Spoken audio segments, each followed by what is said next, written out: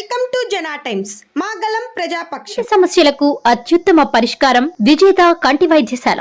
ఆప్థమాలజిస్టుగా సుదీర్ఘ అనుభవం ఉన్న డాక్టర్ వి హజరత్ కుమారి గారి సారథ్యంలో ఎన్నో వేల మందికి కంటి చూపు ప్రసాదించి రోగులకు అత్యాధునిక వైద్యాన్ని అందిస్తున్నారు. బీపీ, షుగర్, ఇతర ఆరోగ్య సమస్యలతో ఉన్నవారి రెటీనా జబ్బులకు అతి తక్కువ ఖర్చుతో ఆపరేషన్లు చేస్తున్నారు. కంటి సమస్యలు ఏవైనా సరే వెంటనే సంప్రదించండి విజేత కంటి వైద్యశాల. డోర్ నంబర్ 15-275, కెనరా బ్యాంక్ పక్కన, బాబు ఐస్ క్రీమ్ ఎదురువీధి, బృందావనం. మనం వేస్ ఆఫ్ వర్కింగ్ మార్చుకోవాలంటే గత 5 ఏళ్లుగా కొంత మీట్లోకి వెళ్ళిపోవడం జరిగింది. ఎంపవర్మెంట్ సరిగా లేదు. అది బడ్జెట్ లేకపోవడం అవ్వచ్చు, సరైన ఎంపవర్మెంట్ లేకపోవచ్చు.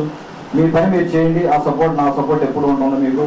కొంతవరకు మనం అర్థం చేసుకుని ముందుకెళ్లాల్సిన పరిస్థితి ఉంది. ఇక్కడ ప్రతి ఒక్కటి కూడా వెలుగు ప్రాజెక్ట్ అవ్వచ్చు, డిఆర్డిఏ ప్రాజెక్ట్స్ అవ్వచ్చు, రకరకాలుగా కూడా కొన్ని రీషఫుల్ చేసుకోవాలి. ఆ వెలుగు ప్రాజెక్ట్ మనం ఎందుకైతే ఏ పర్పస్ అయితే పెట్టామో ఆ పర్పస్ ఇప్పుడు సాల్వ్ అవ్వట్లేదు. దాని ప్రకారం అది రావట్లేదు ఆ ప్రాజెక్ట్. దాన్ని కంప్లీట్ గా మనం ఒకసారి ఆలోచన చేసుకొని రీషఫుల్ చేసుకొని ప్రక్షాళన చేయాల్సిన అవసరం ఉంది. ఆ విధంగా కూడా మనం రివ్యూలు పెట్టబోతా ఉన్నాం. ఈ విధంగా ముందుకు వెళ్దాం. మీకు ఏ సమస్య వచ్చినా కూడా నేను అండగా ఉంటాను. ప్రత్యేకంగా ఆడపడుచులకి ఎవరికైనా కూడా ఏ సమస్య వచ్చినా కూడా దయచేసి మా దృష్టికి తీసుకురండి. మేము అండగా ఉంటాము. మీకు మీ ఊళ్ళలో కానీ మీ నాయకులు కూడా అందరూ కూడా ఎంపీటీసీ మెంబర్స్ కానీ అది వైసీపీ అవ్వచ్చు, టీడీపీ అవ్వచ్చు, రాజకీయం చేసేటప్పుడు రాజకీయం చేద్దాం. ఇప్పుడేం చేయాల్సిన అవసరం లేదు. మనం దయచేసి మనం ఓట మీద ఫోకస్ పెడదాం. మీ ఎంపీటీసీలు కూడా మీ ఏరియాలో మీకు ఎక్కడ ఏ సమస్యలు ఉన్నా కూడా దృష్టికి తీసుకురండి. పార్టీలకు అతీతంగా మనం సమస్యలు సాల్వ్ చేసుకుంటాం. మనం ముందుకు పోదాం. అందరికీ నా ధన్యవాదాలు. Thank you. 50 గడపలు ఉన్న హ్యాబిటేషన్ లో వాటర్ ప్లాంట్ ఒకటి ఖచ్చితంగా ఉండాలి. ఆర్ఓ ప్లాంట్ అనేది ఒకసారి మీరు ఆర్ఓ ప్లాంట్ గురించి కానీ చూస్తే, ఆర్ఓ ప్లాంట్లు టెంపరీ సొల్యూషన్, అది పర్మనెంట్ సొల్యూషన్ అయితే కాదు. వాటి మెయింటెనెన్స్ చేయడం చాలా కష్టం. ఎప్పుడైతే మనం సోమసల నుంచి ప్రతి ఇంటికి నీరు తీసుకొచ్చుకోగలమో, ప్రతి ఇంటికి ట్యాప్ రావాలి సోమసల నుంచి, సస్టైనబుల్ వాటర్ సోర్స్ నుంచి మనకు కానీ నీళ్లు కానీ రాగలిగితే ఆ రోజున మనం పర్మనెంట్ గా ఈ సమస్యను సాల్వ్ చేసుకోవచ్చు. ఆ విధంగా మనం ముందుకు పోతా ఉన్నాం. జల్ జీవన్ మిషన్ నుంచి ఒక ప్రాజెక్ట్ స్టార్ట్ అవబోతా ఉంది. మార్చి నుంచి దానికి రూపకల్పన చేయబోతా ఉన్నారు. ఆస్పగూరు, ఉదయగిరి రెండు కలిపి ఒక ప్యాకేజ్ కింద రెండు మండలాల్లో కూడా సోమసల నీళ్లు తీసుకొచ్చి ప్రతి మండలానికి నీళ్లు ఇవ్వాలని, అది అయ్యేంత వరకు మనం ఆర్ఓ ప్లాంట్ మీద ఎక్కువ దృష్టి పెట్టాల్సిన అవసరం ఉంది. ప్రతి ఒక్కరికి సాగులేదు. నేను క్యాంపెయిన్ లో జరిగినప్పుడు చాలా చోట్ల చూసాను, చాలా ఇబ్బందులు ఉన్నాయి. ఆ వాటర్ సమస్య ఒకటి. మనకి ఎక్కడ ఫండ్స్ దొరికినా కూడా ఎంపీపీ గారు ఎక్కడ ఫండ్స్ దొరికినా కూడా ఆర్ఓ ప్లాంట్ మీద ప్రాధాన్యత ఇవ్వండి. శానిటేషన్ ఒకటి మన ఎంపీపీ ఫండ్స్ మీద, వాటి మీద కొద్దిగా ఫోకస్ పెట్టండి. సీసీ రోడ్లు మనం ఎలాగో నరేగాలో మనం చేసుకుంటున్నాం కాబట్టి శానిటేషన్ ఒకటి, మీరు ఆర్ఓ ప్లాంట్ వాటర్ సోర్సుల గురించి కానీ కొద్దిగా ఆలోచన చేస్తే మనకు వచ్చే ఫండ్స్ కానీ అది డెఫినెట్ గా బెటర్ యూజ్ అవుతుందని నా ఉద్దేశం. అదొకసారి మీరు ఆలోచన చేయండి. అలాగే రేపు పొద్దున సాగునీరు అయితే మనకు దాదాపుగా 8 మండలాల్లో 2.5 మండలాల్లో తప్పితే మిగతా ఎక్కడ కూడా సాగునీరు వచ్చే పరిస్థితి లేదు. ఈ సోమసల హై కెనాల్ ఒకటి కంప్లీట్ చేసుకోవాలి. తర్వాత ఎగ్జిస్టింగ్ జీకేఎన్ కెనాల్ వైడనింగ్ చేసుకొని ఒరిజినల్ డిపిఆర్ ప్రకారం సబ్ కెనాల్స్ చేయలేదు. సో ఆ విధంగా కూడా ఇరిగేషన్ వాళ్ళు ఎవరున్నా కూడా ఆ విధంగా కూడా మనం ముందుకు పోతా ఉన్నాం. తర్వాత వెలుగొండ ప్రాజెక్ట్ కంప్లీట్ అయ్యి పెద్దిరెడ్డిపల్లి రిజర్వాయర్లో నీళ్లు ఇస్తే ఆ విధంగా కొన్ని దాదాపుగా 3 మండలాల పైన మనకు నీళ్లు వచ్చే పరిస్థితి ఉంది. ఆ రోజున ఈ అనుకున్న ప్రాజెక్టులన్నీ సాగునీరు కానీ కంప్లీట్ అయితే సస్యశ్యామలం అవుతుంది. ఉదయగిరి నియోజకవర్గ రూపురేఖలు డెఫినెట్ గా మారుతాయి. ఈ లోపల ప్యారల్ గా జాబ్ క్రియేషన్ మీద ఎక్కువ ఫోకస్ పెట్టున్నాం. మనం ఇండస్ట్రీస్ తెచ్చుకునే దానికి ఎక్కువ జాబ్స్ క్రియేట్ చేస్తే కానీ మనం డెవలప్ అయ్యే పరిస్థితులు ఇదే కాదు. ఈ ఉదయగిరి నియోజకవర్గమే కాదు, స్టేట్ అవ్వచ్చు, దేశం అవ్వచ్చు, ఏదైనా కూడా జాబ్స్ ఎన్ని క్రియేట్ అయితే అంత డెవలప్మెంట్ ఉంటుంది. ఆ విధంగా మనం ఎక్కువ ఫోకస్ పెడుతున్నాం జాబ్స్ మీద. నా శక్తి మేరకు నాకున్న నెట్వర్కింగ్ చేసి, అలాగే కదా బాబు గారు కూడా చాలా సార్లు అడగడం జరిగింది. ఆయన ప్రత్యేకంగా శ్రద్ధ పెడతానని చెప్పారు ఉదయగిరి మీద ఈసారి 5 ఏళ్లలో. ఆ విధంగా ముందుకు పోవడం జరుగుతోంది. నేను కానీ మా ఆఫీస్ వాళ్ళం కానీ అందరం అందుబాటులో ఉంటాం. ఆఫీస్లో ఎప్పుడు స్టాఫ్ ఉంటారు. మీకు ఏ ఇబ్బంది వచ్చినా ఆఫీసర్స్ కానీ ఆఫీసర్స్ అందరూ కూడా ఒకటే చెప్తాను, నా సపోర్ట్ తగ్గాయి, మనకు ఎంపీపీ ఫండ్స్ తగ్గాయని చెప్పి. సో మొదటి నుంచి కూడా మన తెలుగుదేశం పార్టీ అధికారంలోకి వచ్చాక ప్రతి ఒక్క అధికారికి కానీ నేను కలిసిన రివ్యూ మీటింగ్స్ లో కానీ అన్నింటిలో కూడా ఆఫీసర్స్ కానీ నేను విన్నవించుకునేది ఒకటే, వాళ్ళకి కానీ తర్వాత మన నాయకులకు కానీ వాళ్ళకి ఒకటే చెప్తా ఉంటాను క్లియర్ గా. ప్రతి ఆఫీసర్ కూడా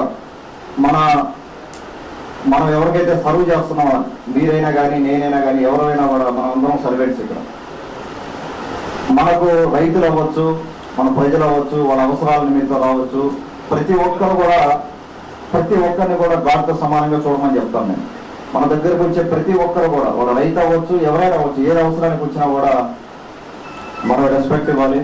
8 మండలాల్లో దాదాపుగా చదువుకున్న వాళ్ళు తక్కువ. ఇక్కడ అందరూ చిన్నప్పుడు దాదాపుగా ఈ జనరేషన్ వాళ్ళు అయితే రైతులు, ఇప్పుడున్న రైతులు, పెద్ద రైతులు అయితే వాళ్ళే పెద్దగా చదువుకున్న వాళ్ళు కూడా కాదు. వాళ్ళకి మనకున్న మీరు ఆఫీసర్స్గా కానీ లేకపోతే నాయకులుగా కానీ మనకున్న కమ్యూనికేషన్ కానీ వాళ్ళకు ఉండకపోవచ్చు. వాళ్ళు మనం అర్థం చేసుకొని వాళ్ళు చెప్పేది మనం మెల్లిగా విని వాళ్ళకి కొద్దిగా రెస్పెక్ట్ కోరుకుంటారు అంతే. మన ఏ ఆఫీస్కి వచ్చినా కూడా దయచేసి ఆ ఒక్కటి మటుకు మీరు మనసులో పెట్టుకోండి. 8 మండలాలు ఒక సర్వీస్ మోటివ్ అనేది మనకు లేకపోతే 8 మండలాల్లో సర్వ్ చేయడం చాలా కష్టం. మనకు మనసులో మనకు సర్వీస్ కూడా కొంత చేయాలి, సర్వీస్ మోటివ్ లో ఉంటే తప్పితే కేవలం కమర్షియల్ గా మనం జీతాలుగా లేకపోతే మన కమర్షియల్ పాయింట్ ఆఫ్ వ్యూలో ఆలోచిస్తే మనం ఎక్కువ కాలం ఇక్కడ సర్వ్ చేయలేము. సో కొద్దిగా సర్వీస్ మోటివ్ లో కూడా ఆలోచించమని చెప్తా ఉన్నాను. విద్యా వ్యవస్థ కావచ్చు, హెల్త్ అవ్వచ్చు, అలాగే మన ఇరిగేషన్ అవ్వచ్చు, అలాగే ఎంబీఓ గారు కానీ ఎంఆర్ఓ గారు కానీ అందరూ కూడా ప్రతి ఒక్కరు కూడా నేను ఏ రివ్యూ మీటింగ్ కానీ అదే విజ్ఞప్తి చేస్తా ఉన్నాను. అలాగే ఇక్కడ మన జలదంకి మండలంలో ఒకసారి మనం రోడ్డు మీద వెళ్తా ఉంటే జలదంకి మండలంలో ఒకసారి మీరు గమనించండి. మన బస్ స్టాండ్ చూసుకుంటే బస్ స్టాండ్ కానీ లేకపోతే ఎంబీఓ గారు మీరు కూడా అంటే మనకంటూ మనం ఆ రోడ్డు మీద వెళ్తున్నప్పుడు మనం ఇక్కడ ఏం ఇంప్రూవ్మెంట్ చేయగలం మనకున్న నిధులతోటే. అయినా నిధులు తక్కువ ఉన్నాయి, మనకు నిధులు లేవని చెప్తా ఉన్నాం. గత 5 ఏళ్లలో పూర్తిగా నిర్వీర్యం అయిపోయింది. ఇప్పుడున్న ప్రజెంట్ మనకున్న నిధుల్లో మనం ఏం చేయగలం? ప్రతి ఒక్కరు కూడా ఈ రోడ్లో ఉన్న ప్రతి ఒక్కరు కూడా జలదంకి మండలంలో తిరిగేటప్పుడు కానీ రోడ్డు మీద తిరిగేటప్పుడు కానీ మనం ఇక్కడ ఏం ఇంప్రూవ్ చేయగలం, ఏమి జనాలకు ఉపయోగపడే పని ఏం చేయగలం అనేది దయచేసి ఆలోచన చేస్తా ఉందండి.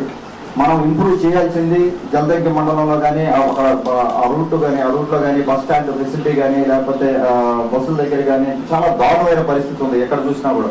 ఒకసారి శానిటేషన్ గురించి కానీ డ్రైన్స్ గురించి కానీ సీసీ రోడ్లు దాదాపుగా మనకు ఇంకొక 2 ఏళ్లలో అన్ని ఏరియాలకి సీసీ రోడ్లు అయిపోతుంది. నాకు క్లియర్గా ఒక ఐడియా ఉంది ఏ బడ్జెట్ అయితే వస్తా ఉందో మనకు. సీసీ రోడ్లు అన్ని కూడా కంప్లీట్ చేసుకున్నాం. మిగతా రోడ్లు కూడా సంక్రాంతి లోపల బాబు గారు మొత్తం గుంతలు పూడ్చి రోడ్లన్నీ కూడా కొలికి తీసుకురావాలని, అలాగే నీటి మీద తాగునీరు మీద చక్కటి ప్రణాళికలతో మనం ముందుకు వెళ్తా ఉన్నాం. తాగునీరు గురించి కానీ ఒకసారి మాట్లాడుకుంటే మనం అందరికీ నమస్కారం అండి. ఈ రోజున ఇక్కడ మన మండల ప్రజా పరిషత్ జనరల్ బాడీ మీటింగ్ వచ్చిన జలదంకి మండల వాస్తవ్యులందరికీ కూడా ఆడపడుచులకి వాస్తవ్యులకి అందరికీ కూడా నా నమస్కారాలు. దేవునికి దగ్గర ఉన్న ఎంపీపీ వెంకటరమణయ్య గారికి, అలాగే